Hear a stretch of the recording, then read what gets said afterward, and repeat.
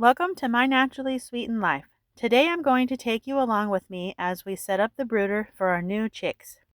This year we needed a new brooder, so my husband's going to convert one of our meatmobiles into a brooder. A meatmobile is just what I call it. It is for our meat birds out on the pasture. And because we already have the structure to this thing, it will save us some money in the long run. He's adding a middle piece because we're going to separate the egg layers from the meat birds. And then on the left hand side, we're going to add a wall. So here's our setup. The wall is in and the outer wall is closed in so no drafts can get to the chicks. Here are our heat lamps.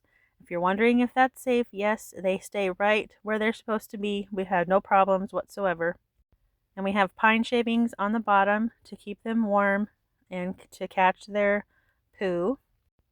And my husband added a rim around about 6-inch board all the way around the top because the heat lamps were too close and it was getting too hot inside of the brooder. And the 6 inches did the trick. It was the right temperature after that.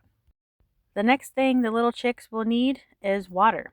We use these 5-gallon chicken waterers from the local feed store and they work very well. We've had them for many years. I like to add raw apple cider vinegar to their water because this helps replenish the electrolytes for the chicks. From all that travel, they're feeling a little low. This will perk them up and help them survive.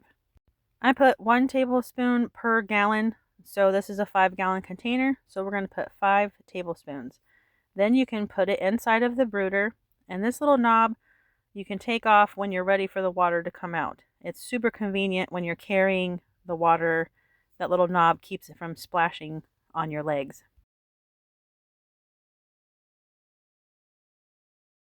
Next, they need some feed. Because they're babies and they're growing, they need what is called a starter feed. This is higher in protein and helps them get a good start with growth. Now that we have everything that we need, we can put the chicks inside of the brooder. It is recommended by everyone on the internet to take the chick and dip their beak in the water and the feed so that they know where it is. But honestly, I think God put that in them as an instinct, and I don't really think it's necessary. They know what they're doing, and they can find the water and the feed, but if it makes you feel better, you sure can do it, and we're doing it for demonstration purposes. See this little guy? He's going to find the feed.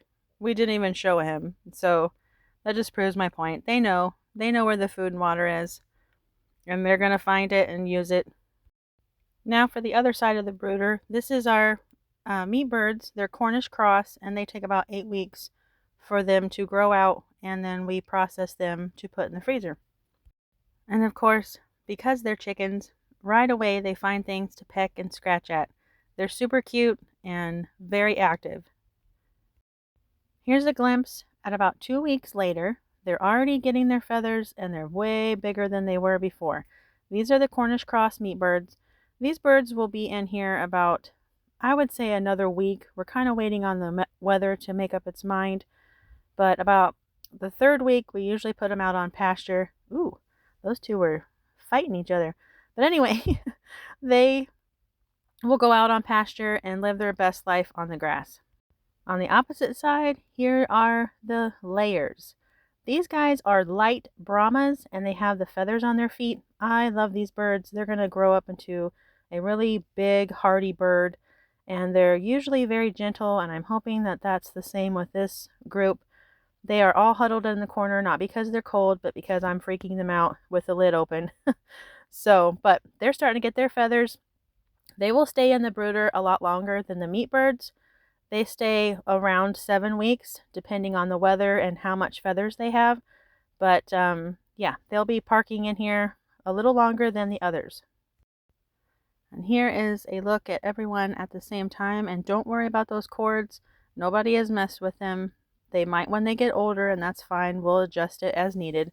But right now, everyone's super happy, and I am very excited about this brooder, and we will probably use this again next year.